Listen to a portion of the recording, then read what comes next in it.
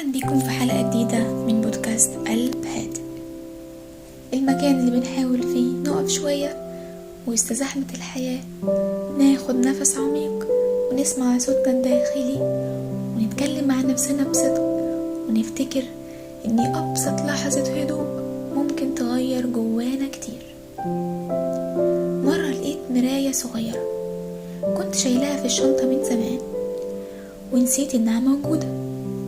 فتحتها وبصيت فيها، انعكاسي كان قدامي بوضوح، لكن حسيت ان المراية دي مش بس بتوريني شكلي، لا دي كأنها بتقولي بصي جوا نفسك كمان.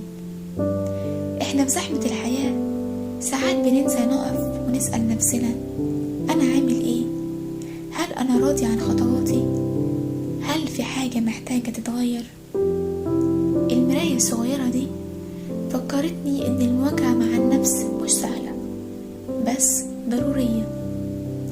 ممكن نشوف حاجات مش عايزين نعترف بيها زي ضعف، خوف او حتى تقصير، لكن في نفس الوقت ممكن نكتشف قوة جوانا مكناش واخدين بالنا منها.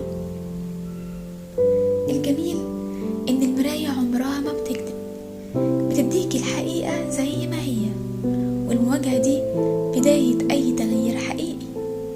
عايزة أقولك جرب تبص لنفسك النهاردة في مراية صغيرة، مش بس بعينك لكن بقلبك كمان.